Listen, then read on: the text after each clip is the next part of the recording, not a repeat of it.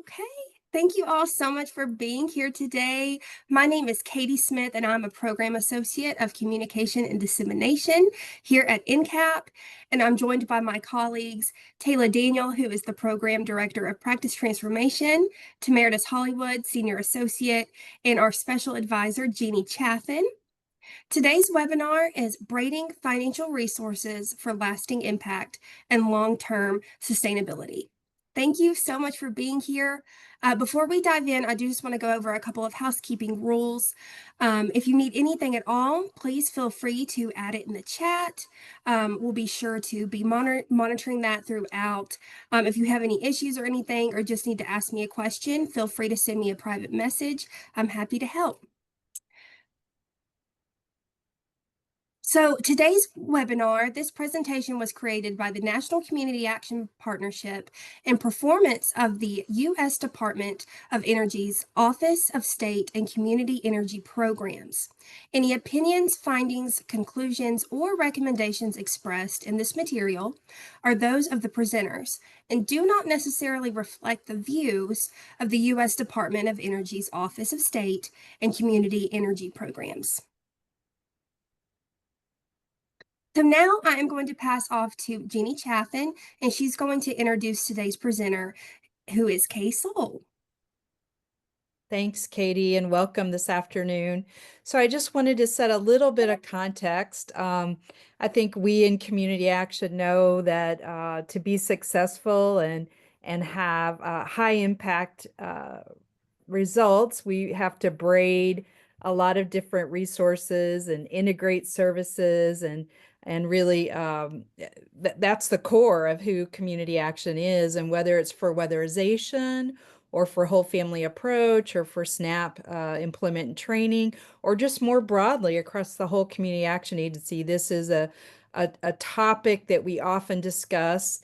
And many times from a program lens, we kind of think about integration and braiding resources from a programmatic perspective. And we really wanted to kind of shift that today and discuss it from more of a financial view. And so we encouraged all of you to join today as teams, executive directors, finance staff, program folks, because really it's that kind of trifecta that's kind of probably make us the most successful in how we navigate the future and some of the challenges that are ahead.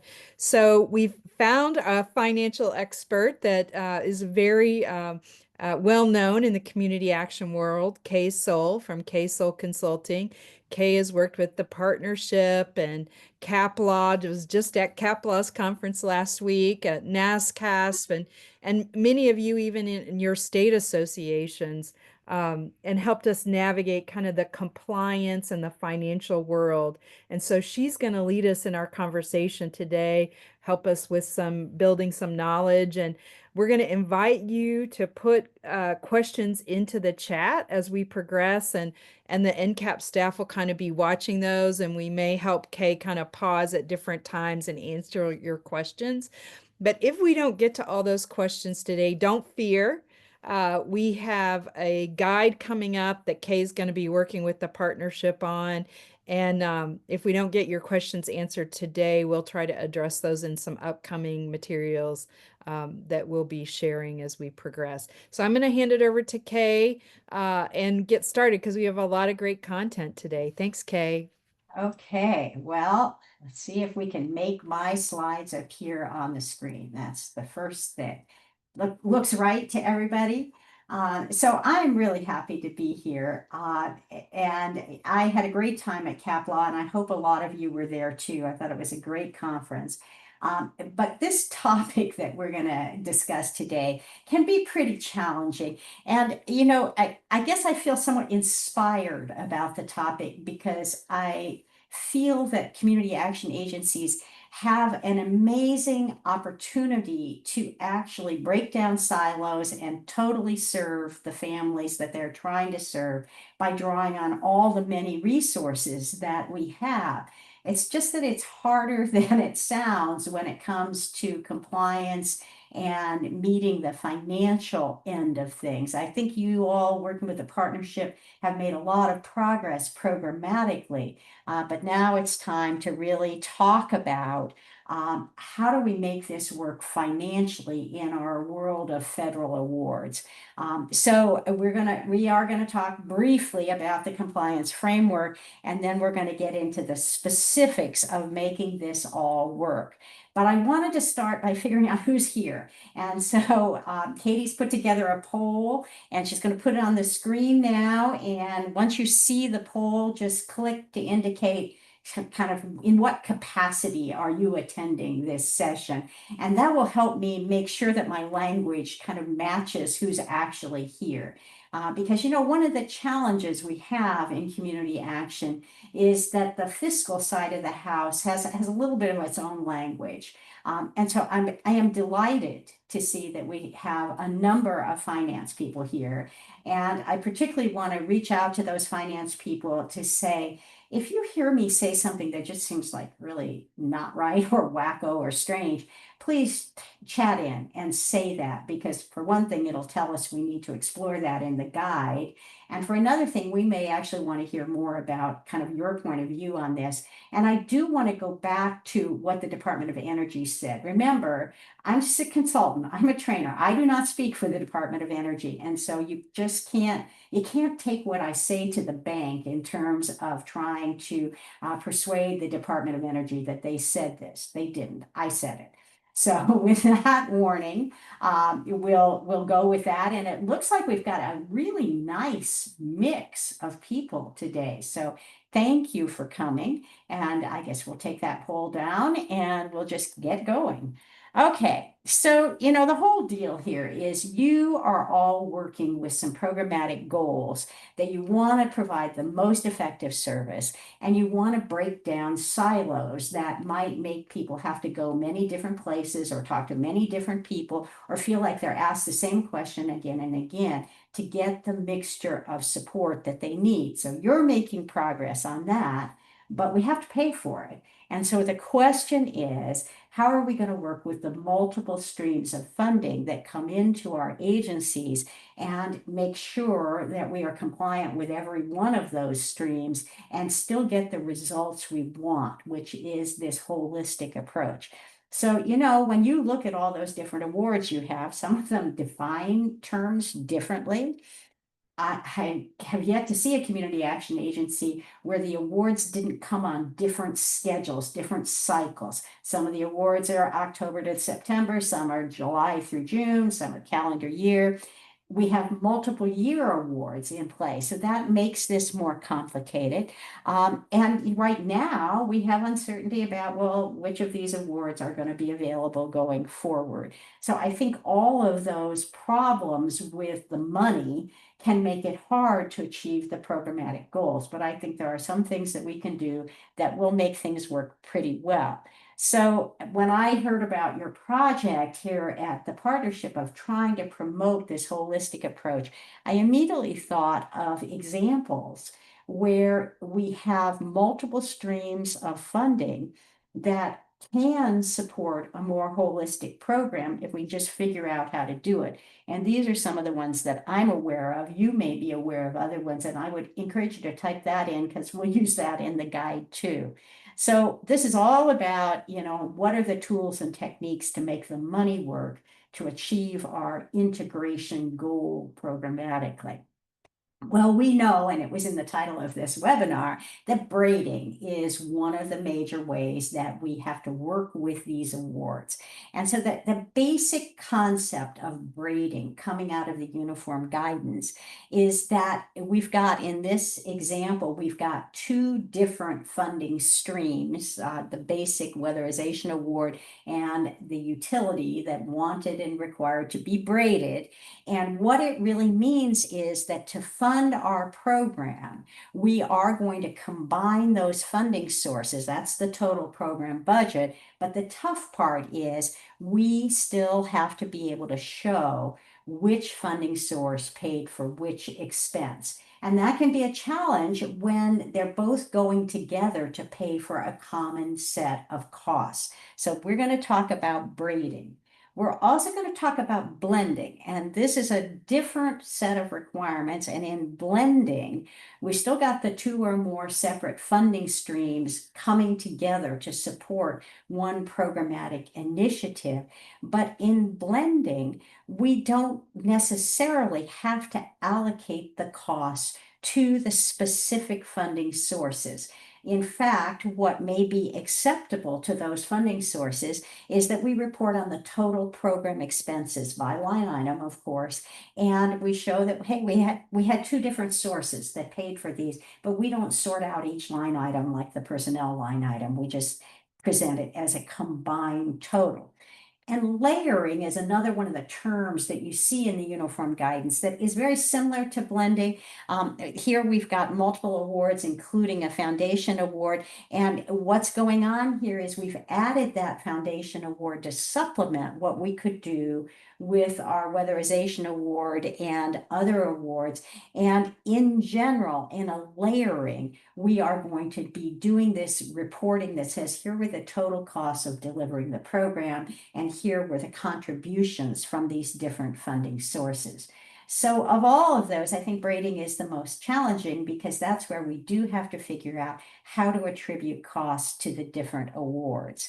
And here's just a summary of what we just said about the differences about what we have to do to report. And, real life braiding and blending and layering goes on all the time. And really, from the fiscal department's point of view, the first step when they hear that, hey, we're going to pay for weatherization or we're going to pay for our whole family services with these grants, their first question is to, how do I know what the rules are for our particular funding sources? And of course, what we do is we go and look at the regulations, the CFRs, and at the agreements that we've signed, because sometimes they have extra terms and conditions, we look at that and say, well, what do they say about our responsibility for either reporting the costs separately from each funding source or being permitted to blend them together and report it as one holistic total?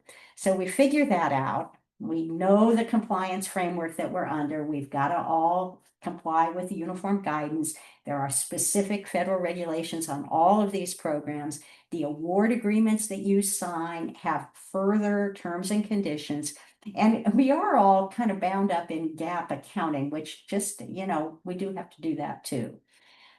Okay, so the starting point of this actually is the comprehensive organization-wide budget. And I can't figure out how anybody can succeed with either braiding or blending if they don't have a good organization-wide budget. And that's one of the organizational standards for community action anyway, that we have to have one, and it has to include all of our sources and uses.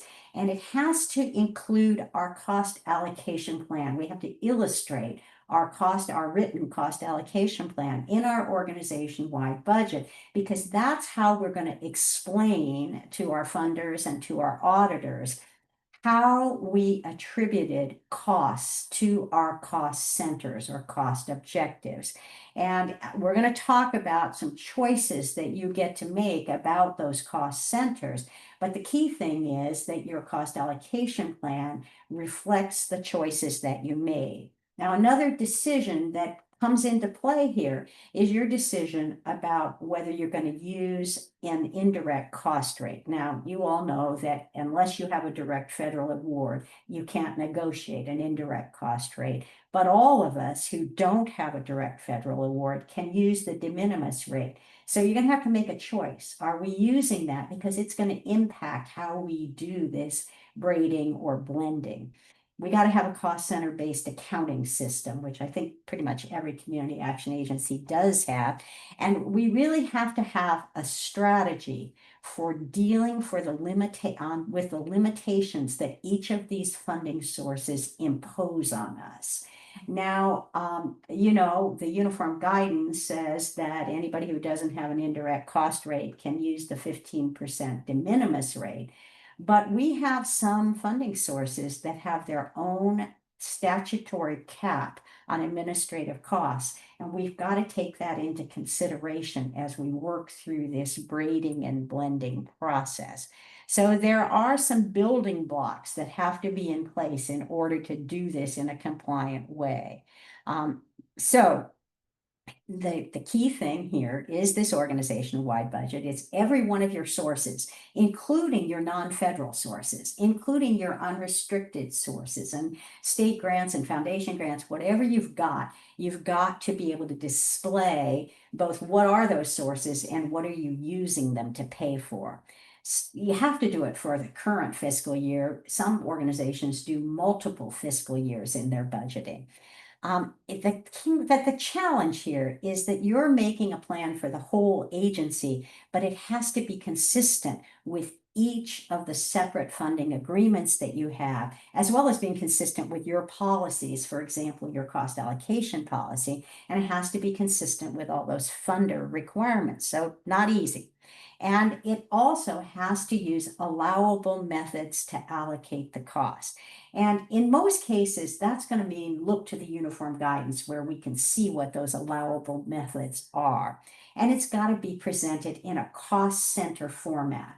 In other words, we can't say, well, here's one column of numbers and it shows all the different revenue sources and it shows all we're going to spend on personnel and all we're going to spend on supplies and facilities. That's not good enough. We have to have that budget in a matrix format that displays what portion of those revenues and expenses can be attributed to each of our cost centers. And that's going to bring us to the first choice that we had to make in the setting up of our budget and our accounting system.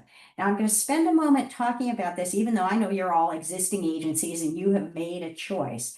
But I hope that this might be an opportunity to think about, if we made a different choice, could we make braiding and blending easier? Okay, so what are the two most common choices that we're going to see? And one thing you know is that the uniform guidance tells us that you, the recipient, the subrecipient or recipient, you get to make the choice about how you define the term cost objective, which is a cost center.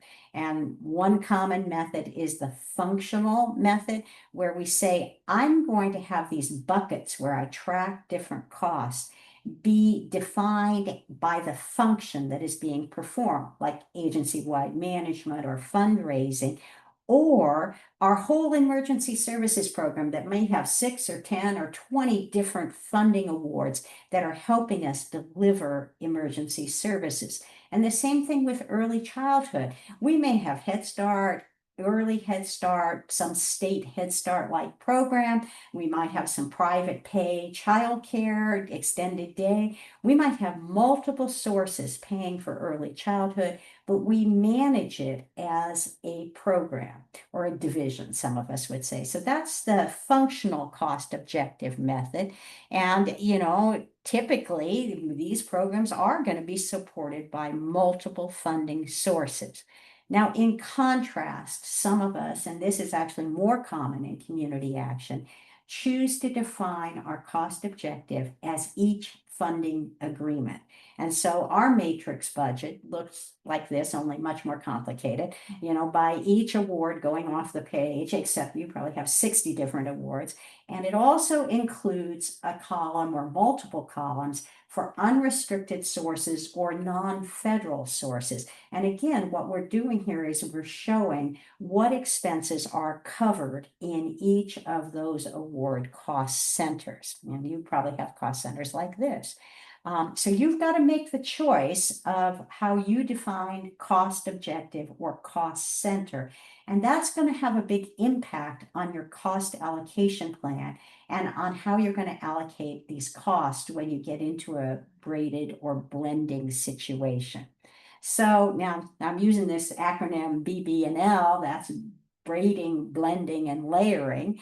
And, there are challenges that in your finance office, sometimes I think program people are very focused on how do I deliver this service? How do I pull from the expertise across our agency to deliver a really good service? But meanwhile, back in the finance office, they are going to be dealing with the question of what is the allowable method for the funds that we're going to use to support this? What are the allowable costs? Do they have any different prohibitions on the allowability of costs? How are we going to allocate the common costs that go across our whole agency and also go across all of our funding sources? How are we going to allocate our agency-wide administrative costs? Very difficult question. And how are we going to set this up so that we can track and report the cost to the different funding sources? And within that, we've got to figure out, well, what are we going to do about these multiple award periods where I'm going to switch grants in the middle of the year? How am I going to handle that? And especially this year with the uncertainty, we have to be prepared that, one or more of our sources may disappear within the year. How are we going to handle that? And then finally, we're not going to talk about it today, but we do have to be cognizant of program income. And there's some great resources out there for you on program income. So we're going to leave that one alone. And we're going to keep going and saying, remember, this is the functional approach. And what that looks like I went backwards. Okay, here we go. Didn't get those duplicate slides out of there. A lot of what we're going to talk about can be found in the uniform guidance in the cost principles. And you know this, how you tell what is an allowable cost. It has to have happened. It has to have been incurred. It has to have been necessary. It can't be a prohibited expense. But the important one is that you've got to be able to associate it with the cost objective. And so this is the crux of the matter when we're trying to particularly braid funding. We're going to have to report separately to each of these funding sources, and we've got to be able to show them that we have a method that allowed us to associate a particular cost or a part of a cost with their award and basically with the purpose of their award.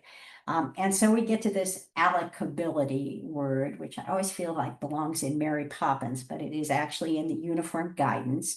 And it's the rules for how we charge costs that benefit more than one cost objective. And remember, we could have defined cost objective as either program or we could have defined it as funding sources.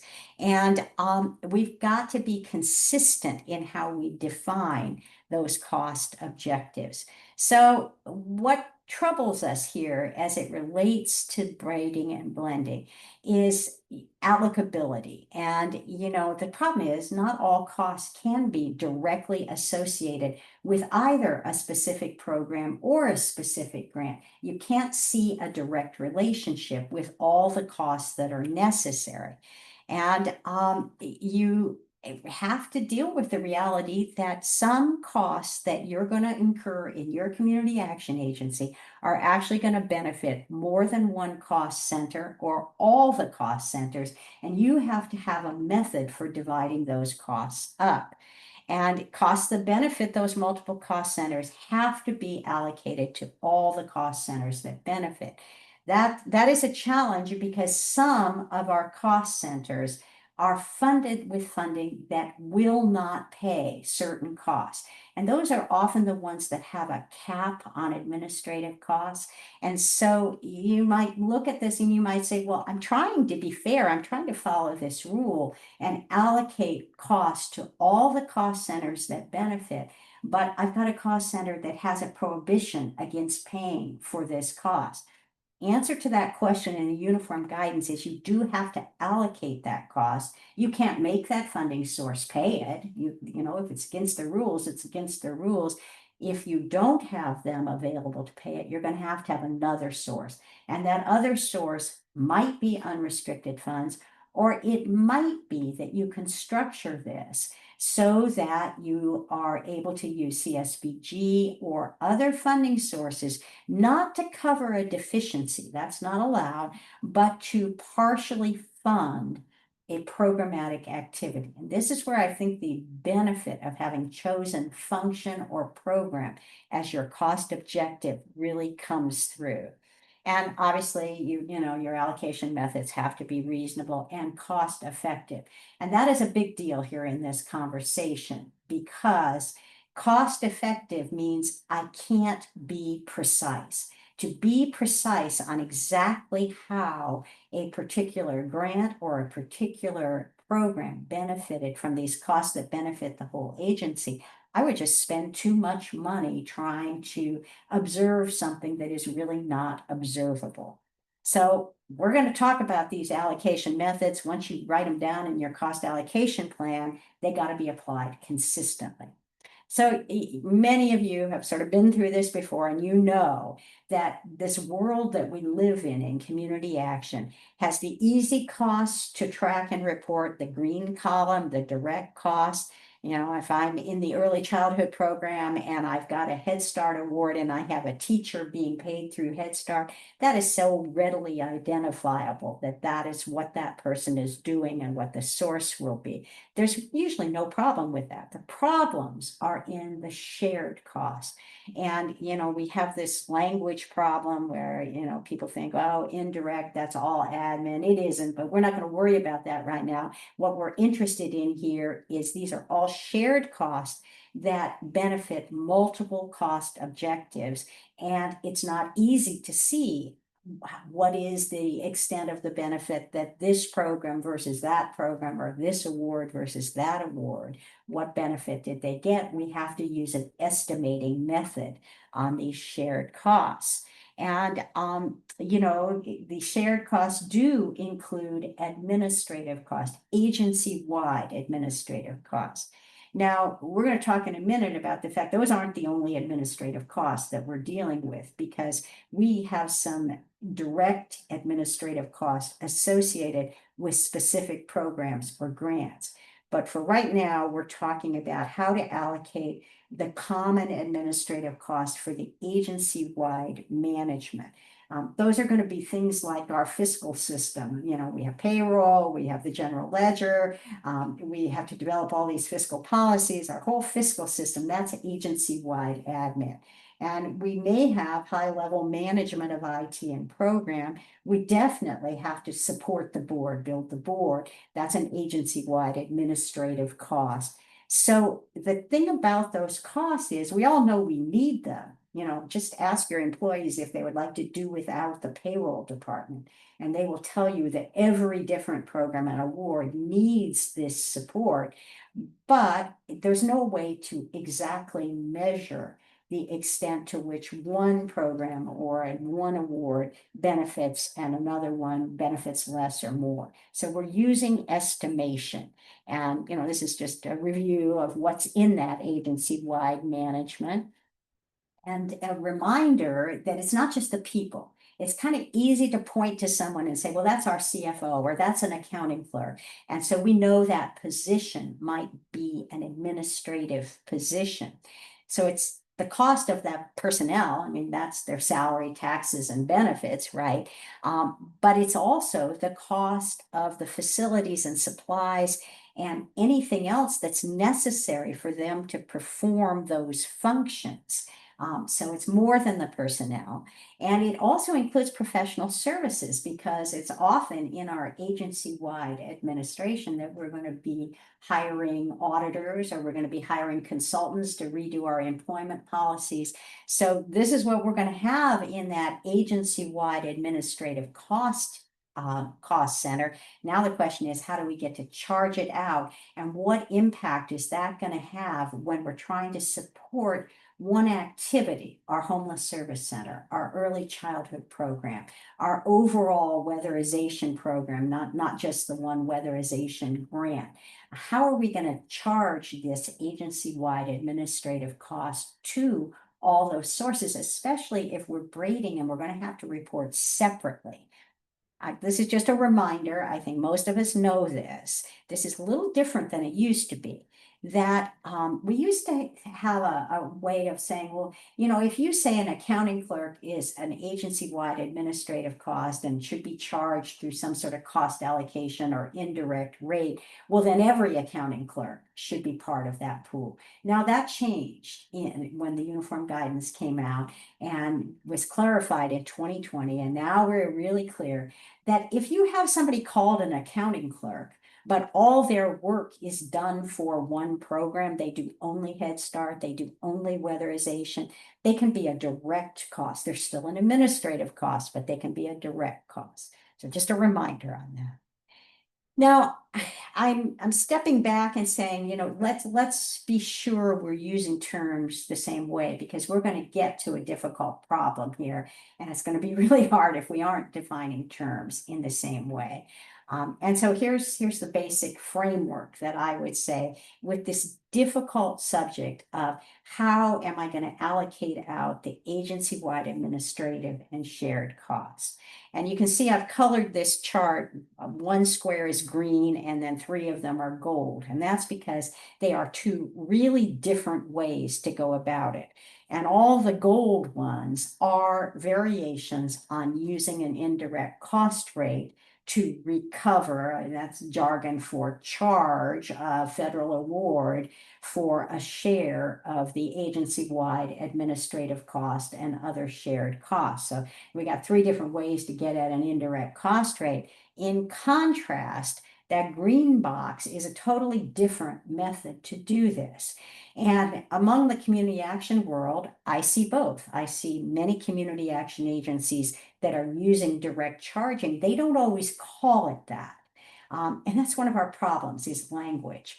And some of them are using an indirect cost rate. Those of you who have a direct federal award, you could negotiate an indirect cost rate with the feds. Wouldn't be fun, but you could do it. You might, if you're lucky, but very unlikely, you might be able to persuade your pass-through entity, like your state, to negotiate an indirect cost rate with you. That just isn't happening very much. But what a lot of us are interested in is that once we got the uniform guidance, we got the ability to use the de minimis rate. And this is a rate that uses a particular method of calculation. And what the uniform guidance tells us now, it didn't when it first started, it tells us now that any organization that doesn't have a federally negotiated indirect cost rate in effect can use the de minimis rate. And so in practice, I think what it comes down to is community action agencies, most community action agencies, are choosing between the direct charging method, the green method, and the de minimis rate method. And I think you've probably been following that in the 2024 revision to the uniform guidance, they upped the de minimis rate from 10% to 25% or to 15%. In my dreams, 25%. But of course, it wasn't a smooth rollout, right? Because it only applied to new awards after October 1, 24. But now that whole, should I use 10% or should I use 15%, which we're not going to talk about today, that's pretty much getting settled because time has passed. Okay, it's 2 different approaches. Both approaches are allowed. They are different in how we use them. We got to pick one and use it because one of the hardest problems with blending and braiding is dealing with administrative costs. So this is important to that. And this is just a little, repetition about the difference between these 2 major methods.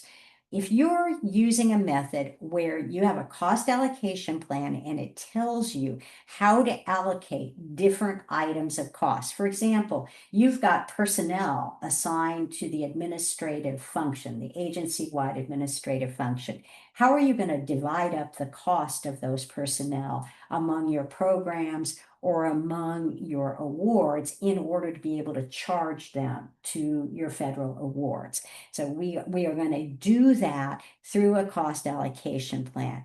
Now, we might use one method for personnel and we might use a different method for facilities costs like rent and utilities. We got to be able to justify our methods. Why is this a sensible method? We got to have a written cost allocation plan, and the results, this is the important part. The results are that when we get done allocating these costs and we're sending in a report to a federal source, we are going to report those costs as direct costs. And if you think about the reports that you have to send in, there are lines for direct costs like personnel and other costs, and there's a line for indirect costs. If I'm doing the direct charge method, I have nothing on the indirect cost line because I'm not using an indirect cost rate. In contrast, if I am using an indirect cost rate, it's a different world, okay? Because what I'm going to do is I'm going to define what is an indirect cost, and I'm going to put it in a cost pool. That's going to be different than a direct cost. I'm going to use a calculation method that's specified in the uniform guidance. It's the modified total direct cost method to come up with a percentage, and I'm going to be allowed to charge that percentage to the direct costs of each of my awards. And nobody's really going to be able to argue with me about it, because as long as I'm not charging more than 15%, if we've turned over into the new year, then I just get to charge it. Okay, that's the indirect cost rate method. And it does matter that you've got the underpinnings in place. You've got to have chosen your cost objective or cost center structure. You got to be able to identify your agency-wide administrative cost, and you've got to adopt a cost allocation plan. And I think we've covered this. And you've got to match the allocation methods to your cost structure. So what that really means is if you chose program or project as your cost objective structure, and now we want to deal with time, personnel costs, usually the largest cost in most awards.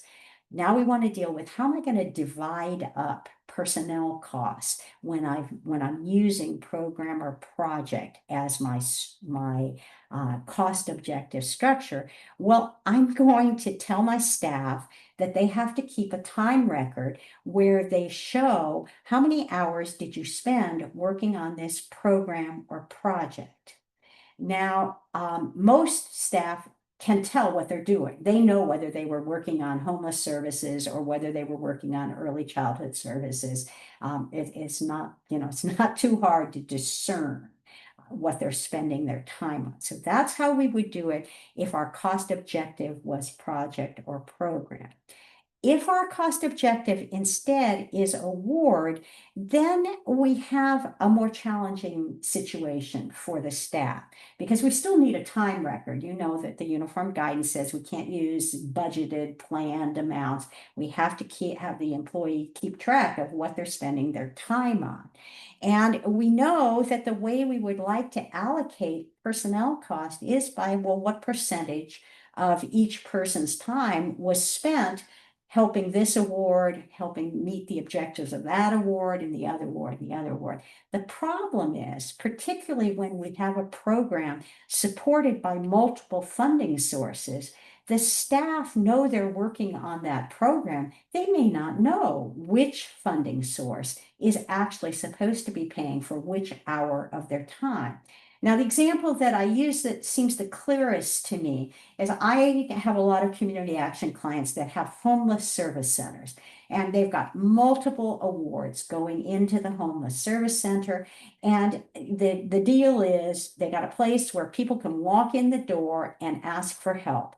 And they screen the people and they figure out, well, what's this person's situation? What can we do to help them? And in many cases, all these different funding sources are willing to pay to help the same kind of eligible person. And the services they're willing to pay for are pretty similar too. And so for the person actually doing the help to tell them, now on your time record, you tell me which grant I should attribute that hour to. Well, they could make something up. Or I could tell them, divide up your hours this way. But that would not be the purpose of recording time. We want the person to be honest. We don't want to encourage them to lie about how they use their time. So we have a problem in terms of it's not observable to them which of the funding sources Now, some things are observable, like in the Homeless Service Center, we might have one funding stream that is only for veterans. And so the person providing the service would know this is a veteran and I can keep track of the time that I spend helping veterans. But often, and this is true in all these other programs, it's not possible to discern which funding source is the only funding source that could be paying for this. So when we've chosen a ward, we have as our cost objective, we have an additional step that we may need to take. And the way I would describe that step, it's different in all your organizations, but the way I would describe it is I'm your staff member. Let's say I'm still at the Homeless Service Center, and I write down that I spent all 8 hours of my shift today providing homeless services. And and that I turn that in. And so that would allow you to allocate my time if we had program as the cost objective. But what we're after now is how do I allocate it among the grants? And so what I like to do is to say, in the fiscal office, we have people who have analyzed all these different grants and have come up with a rational way to decide how to allocate time spent in the Homeless Service Center among these different grants. And there's a lot of different ways that we could use, but they all involve things that people could do in the fiscal office that probably the person doing the work is unlikely to be able to do. Now, when I talk to auditors about that approach, they tell me, well, I mean, actually, my favorite single auditor said, oh, I can't think of a better way myself, but I think what would have to be true is that you would have had to document in your cost allocation plan what was your rationale for how you chose to allocate that staff time among these different awards. And if it looked like a reasonable rationale, I'm going to pass on it. So we're going to put that into our cost allocation plan. The easy part, distinguishing the direct and the shared cost and defining administrative cost. The hard part is this describing the methods that you're using to allocate different types of costs.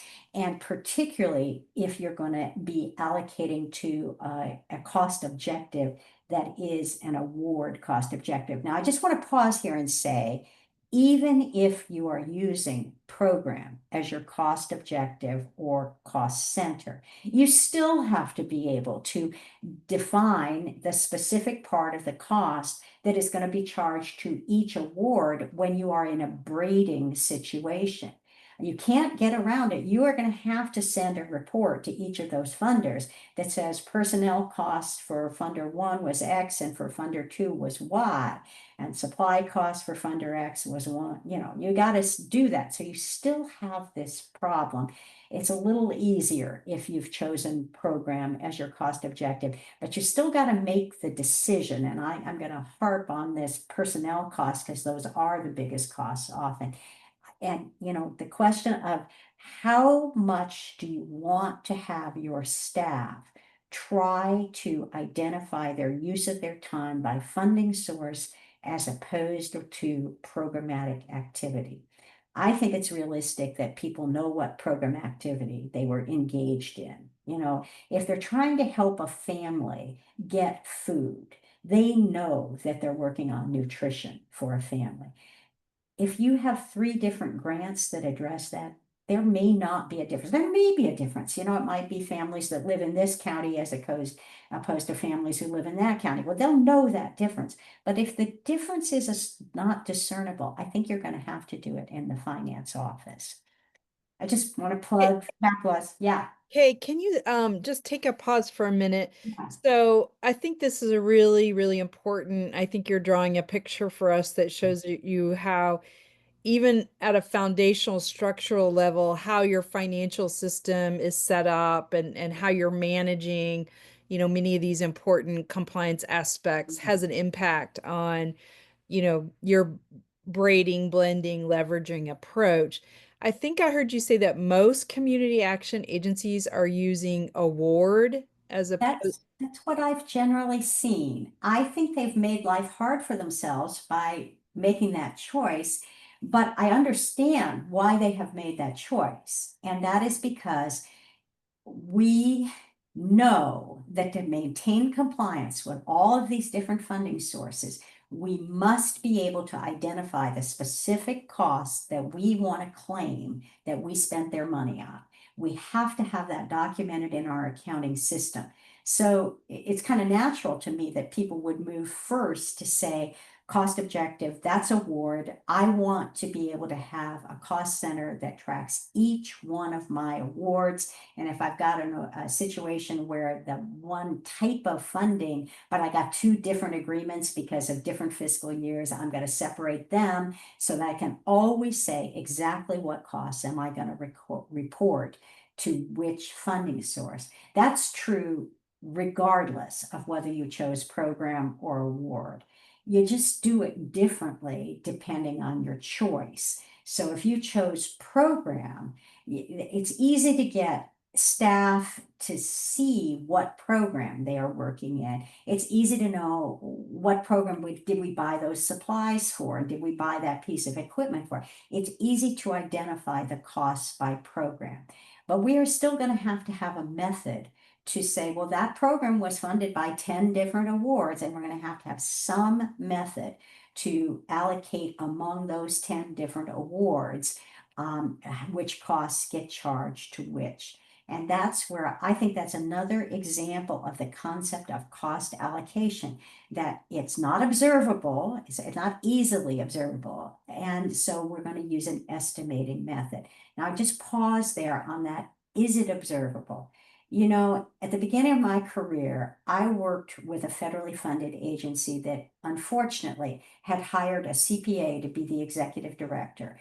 And he said, well, in accounting firms, everybody tracks their time in 6-minute increments. We're going to get a system where everybody tracks their time in 6-minute increments. And, you know, you're seeing clients, well, what did you do this 6 minutes? What were you talking about? Were you talking about nutrition? Well, click the button. Well, you know what? He drove people insane, first of all, and nobody ever did tally that stuff up and use it because it was garbage. I mean, people, so much of human service delivery is not like accounting. It is, you're doing many things at the same time. And so if you can categorize the goal of doing those things, which is a program objective, you know, we're trying to help a family with homelessness. We're trying to help a family do well with their young children. We know the programmatic goal, that's easier to track. And then we can use an estimating method about if these funding sources really are willing to pay for the same kind of eligible client and the same type of eligible service. If they're not willing to pay for it, then we have got to be sure that we are recognizing, this comes up in weatherization, there are certain costs that we cannot pay with certain sources. So that's why we started this by saying you've got to read the regulations for each of these funding sources so you know. Did I get at what you were after, Jean? Yeah, I think that clarification will help people. We have a few questions that Okay. really go, I think, directly to kind of indirect cost allocation. And so I see you're getting ready to highlight some things. So we'll go there, and then Okay. people can continue to put things in. And like we said, we can follow up if we don't get to all the questions. So. Right, and the other offer I would make is you have my website thing appearing at the bottom of these slides, and you can email me through my website, and actually that is wrong on this slide. It's kaysohlconsulting.net. Anyway, you can follow up with me, and that'll be helpful to me because when we're writing this guide, we'll know what problems people are struggling with. But if you haven't seen this toolkit from Caplog, take a look at it. Because they've got a lot of help for creating a cost allocation plan that will support braiding and blending. And, you know, this is just a reminder, we said this already. I just wanted to illustrate the direct charging method because some people find that this method actually works a little more easily. So just to share it, this is an organization that is using program as the cost objective. They're illustrating 3 programs in the white column. In that blue column, they've identified some of those shared costs that we talked about, like rent and the audit and the maintenance staff for a common facility. So they start out in this direct charging method is they record all the direct costs into each of the programs, because the nature of a direct cost is which program it was for. And then that's the top part of the chart. And you can see they've got the totals there in the green bar. Then down at the bottom part of the chart, they allocated those shared costs. They allocated the blue column using whatever allocation method they put in their cost allocation plan.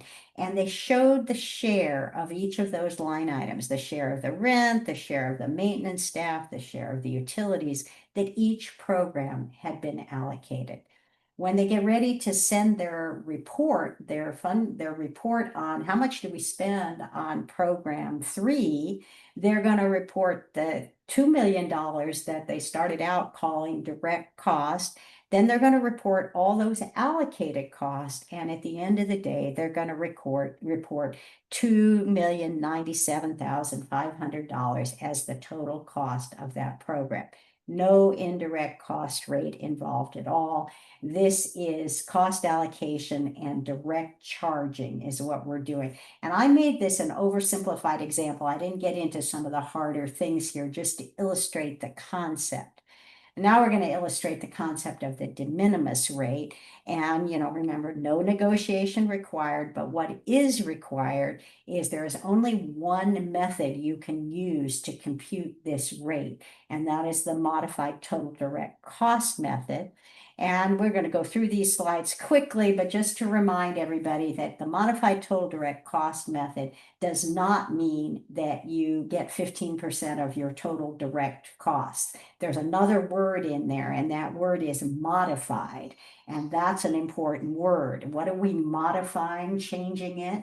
Well, down here in this one, in one of those white boxes, you see the heading excluded direct costs. Because it's the modified total direct cost method, certain direct costs have to be eliminated from the base. And we're not going to go into the whole deal of how you calculate an indirect cost rate, but I want to show you the outcome of that rule. And first off, probably should show you what has to be eliminated from the base to make it a modified total direct cost base. If you're looking at a cost objective, whether it's a ward or program, and you see that some of the direct expenses are going to be equipment or capital, they can't be in the base. Rental costs can't be in the base. Participant support costs, that's like we're doing some sort of job training and the people have to have steel-toed boots and we buy the boots for them. That's a participant support cost. We're not interested in patient care or tuition remission. The one we are interested in is maybe we have sub-recipients. We've passed on some of the money to another nonprofit through a sub-recipient agreement. Well, we can only put the first $50,000 that we're going to give them into our modified total direct cost base. And that last bullet is the killer. That's the one that we have the most trouble with because this is a judgment call. And what we're really talking about is think about if you have a big rent assistance program and you're paying out an enormous amount of rent assistance. You and your auditor may look at that and say, you know what, that should be out of the base because it doesn't take the same demand on the agency-wide administrative cost. It's just a big number, but we don't have anything like the personnel have already been captured. We already captured staff costs. Just these payments should not be included in the base. Now I got a lot of recorded webinars on this topic, so we can, if you want to know more, I'm happy to share them with you. I want to show you the result of using the 15% modified total direct cost rate. result is for each one of our programs, we're going to multiply the base, the modified total direct cost base. That's after we excluded these things. We're going to we're going to multiply the 15% times that base, and that's on the yellow line. Then we're going to come back through and down where it says excluded costs. Remember, we had more subrecipient costs than $50,000. We had 90,000. So there's another $40,000 I'm going to write down here, and I can't charge the 15% de minimis on that. But I certainly am going to charge that $40,000 when I'm reporting on the cost of that program. Those were allowable costs. They just couldn't be in the base. Now, this is a joke. This is true, but I'm going to tell it anyway. Some people are tired of this story.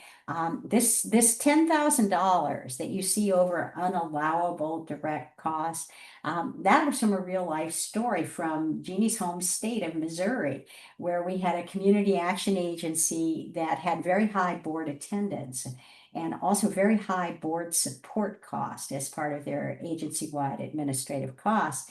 And I asked them how they got that attendance and why the cost was so high.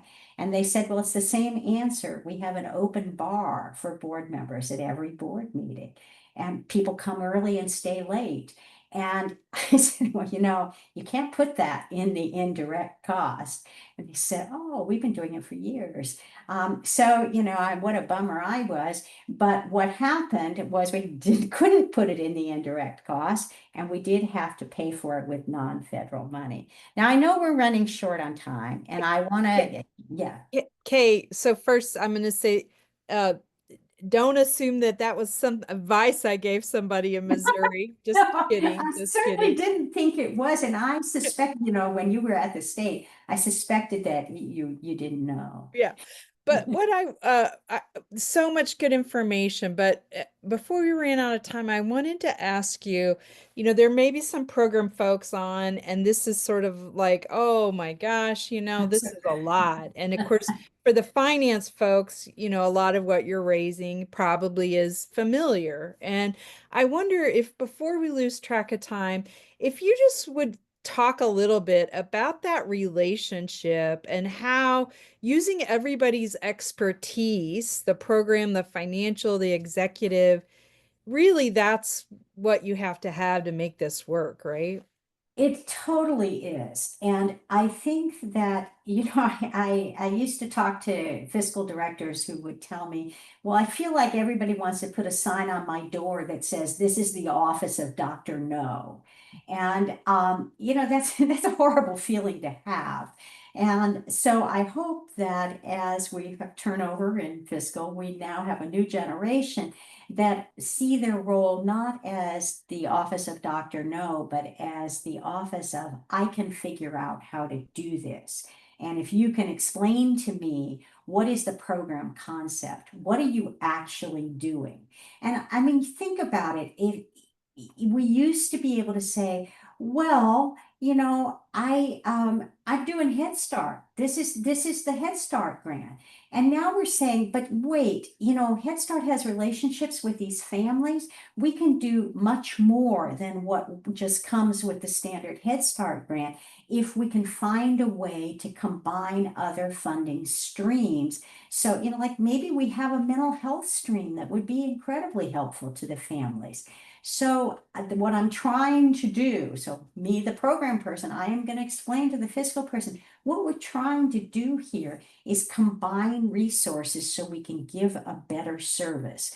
And here are the people we're going to serve, and here are the services we're going to provide. How can we do it, is your question to the fiscal office. And the fiscal office role, at least as I see it, is to say, let me go over the regulations in each of these funding sources so I'm sure I understand if there's anything unallowable, if there's anything unusual about this source, and particularly I understand if they've got some administrative cost caps, so that I understand the puzzle pieces that I'm going to work with. But what I'm going to do next is I'm going to try fitting those pieces together. I'm going to try understanding, is this a blending situation or a braiding situation? And I'm going to do a model where I show you, well, here's how I think we could braid these funds. And I'm going to ask you, is that going to get you the resources you need to achieve the program outcomes? And is it going to allow you and your staff to have observable differences to report to us in the fiscal office? I don't want you making stuff up. I don't want you, giving people like a cheat sheet, every month, every week's time, say that 10% went to this award and 20% to that award, because that's going to put us in violation of the rules. I want to do this so that your staff people can understand and report honestly what they're doing, and that we can maintain compliance with all these different awards. Now, that might sound simple, but it isn't. It is really very, very challenging. And I guess what I want to preview, I'm not going to flip through these slides like, those old tin type things. What else is in the slide deck that you're going to get? And you are going to get this slide deck with the evaluation, is discussing some of these additional challenges that we ran out of time before we got to, including the challenge of recovering the administrative and shared costs when you have admin caps. That is a grim challenge, but fiscal people know a thing or two about this, so it's a matter of really explaining it, of how we're going to do it. Multiple award periods, program income, and then the way that auditors look at this blending and braiding and layering of funds. And with that, I'm looking at my clock and realizing that we've run out the clock, which Jeannie predicted that there was too much in here, so should have taken her up on that. But I do want to offer that opportunity that if you've typed in some questions in the chat, I think Jeannie and Katie are gonna give me like a printout of what those were. And then if you just didn't want to type in because you were wanting to think about it, go ahead and send in additional questions, and probably easiest to just send them to the partnership where you're used to writing, and they'll send them to me. And some of you, I may just answer your email, because if it's something simple, I would be willing to do that.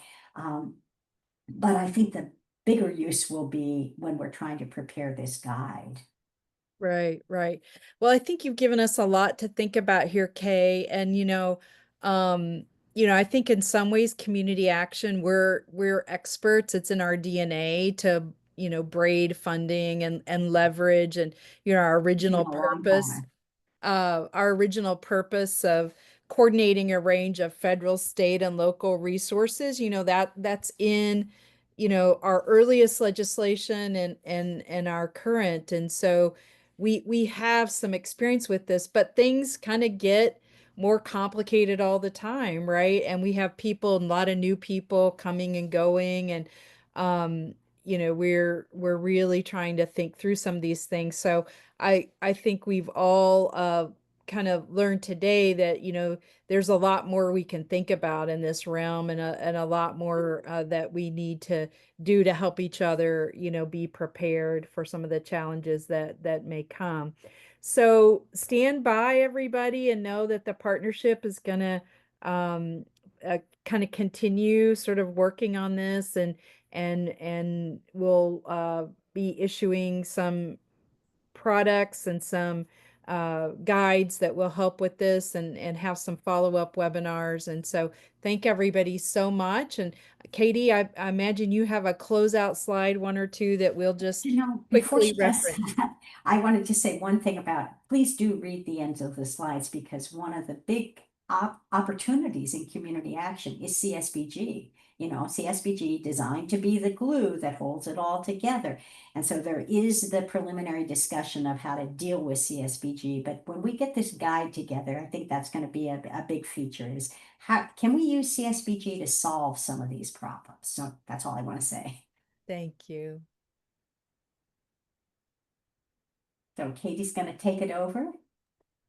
Yeah, I'm going to let you folks go since we're already past 3 o'clock, but the slide deck will be in the follow-up email with all of those resources. So feel free to let me know if you need any clarification on anything. Take care, all. All right.